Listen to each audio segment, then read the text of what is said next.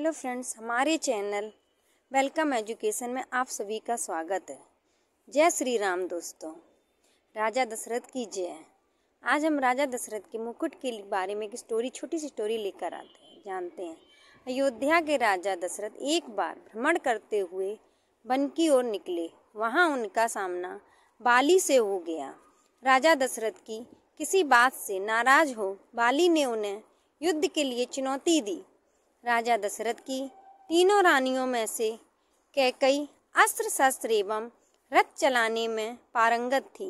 अतः अक्सर राजा दशरथ जब कभी कहीं भ्रमण के लिए जाते तो कैकई को भी अपने साथ ले जाते थे। इसलिए कई बार वह युद्ध में राजा दशरथ के साथ होती थी। जब बाली एवं राजा दशरथ के मध्य भयंकर युद्ध चल रहा था, उस समय संयोगवश रानी कैकई भी उनके साथ थी। युद्ध में बाली राजा दशरथ पर भारी पड़ने लगा।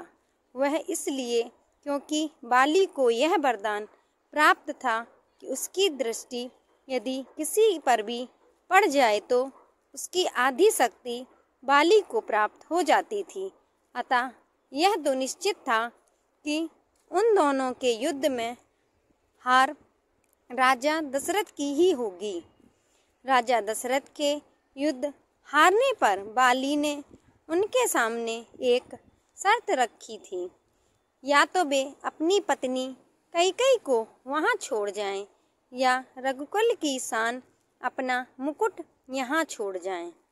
तब राजा दशरथ को अपना मुकुट वहां छोड़ रानी कैकई के साथ वापस अयोध्या लौटना पड़ा। रानी कैकई को यह बात बहुत दुखी लगी। आखिर एक स्त्री अपने पति के अपमान को अपने सामने कैसे सह सकती थी। यह बात हर पल कांटे की तरह चुभने लगी थी। उनके कारण राजा दशरथ को अपना मुकुट छोड़ना पड़ा। वह राज मुकुट की वापसी की चिंता में रहती थीं। जब श्री राम जी के राज तिलक का समय आया, तब दशरथ जी व कैकई को मुकुट को लेकर चर्चा हुई। यह बात तो केवल यही दोनों जानते थे। कैकई ने रघुकुल की आन को वापस लाने के लिए श्री राम के वनवास का कलंक अपने ऊपर ले लिया और श्री राम को वन भिजवाया। उन्होंने श्री राम से कहा था कि बाली से मुकुट वापस लेकर आना है। श्री राम जी ने जब बाली को मारकर गिरा दिया, उसके बाद उनका बाली के साथ संवाद होने लगा। प्रभु ने अपना परिचय देकर बाली से अपने कुल के शान मुकुट के बारे में पूछा था। तब बाली ने बताया, रावण को मैंने बंदी बनाया था। जब वह भागा तो साथ में छल से वह मुकुट भी लेकर भाग गया। प्रभु मेरे पुत्र को सेवा में ले लें। वह अपने प्राणों की बाजी लगाकर आपका मुकुट लेकर आएगा। जब अंगद श्री राम जी के दूत बनकर रावण की सभा में गए, वहां उन्होंने सभा में अपने पैर जमा दिए और उपस्थित वीरों को अपना पैर हिलाकर दिखाने की चुनौती दे दी। रावण के महल के सभी योद्धा ने अपनी पूरी ताकत अंगद के पैर को हिलाने में लगाई, परंतु कोई भी योद्धा सफल नहीं हो पाया।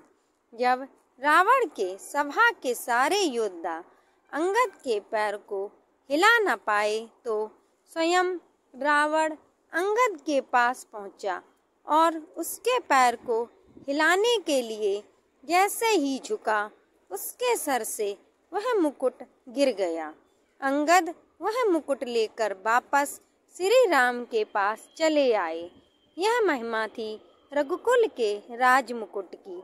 राजा दशरथ के पास गई तो उन्हें पीड़ा झेलनी पड़ी। बाली से जब रावण वह मुकुट लेकर गया तो बाली को अपने प्राणों को आहुति देनी पड़ी। इसके बाद जब अंगद रावण से वह मुकुट लेकर गया तो रावण के भी प्राण गए तथा कैकेयी के कारण ही रघुकुल के लाज बच सकी। यदि कैकेयी श्री राम को वनवास नहीं भेजती तो रघुकुल सम्मान वापस नहीं लौट पाता। कैकेयी ने कुल के सम्मान के लिए सभी कलंक एवं अपयश अपने ऊपर ले लिए। अतः श्री राम अपनी माताओं से सबसे ज्यादा प्रेम कैकेयी से करते थे।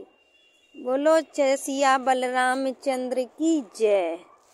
दोस्तों, आपको हमारी ये छोटी सी कहानी कैसी लगी कृपया कमेंट में ज़रूर बताएं। हमारे चैनल को सब्सक्राइब करें, लाइक करें, सभी को शेयर करें। धन्यवाद।